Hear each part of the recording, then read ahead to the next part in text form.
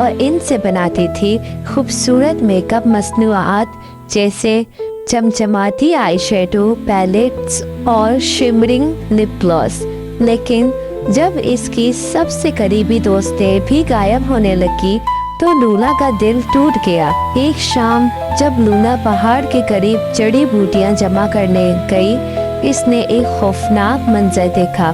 परी मलिका के मुहाफिज एक परी को जबरदस्ती खींच कर ले जा रहे थे। लूना दंग रह गई। परी मलिका, ये कैसे हो सकता है? सब तो इनसे मोहब्बत करते हैं। लूना फौरन गांव गई और वापस पहुंची और उसने सब सच बताया, मगर सब लोग इस पर गुस्सा करने लगे।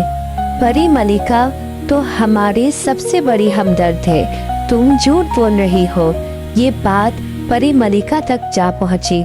इसने फौरन हुक्म दिया लूना को गिरफ्तार करके महल लाया जाए। लूना को पकड़कर महल ले जाया गया और वहां जाकर इसे एक खौफनाक सच्चाई का पता चला।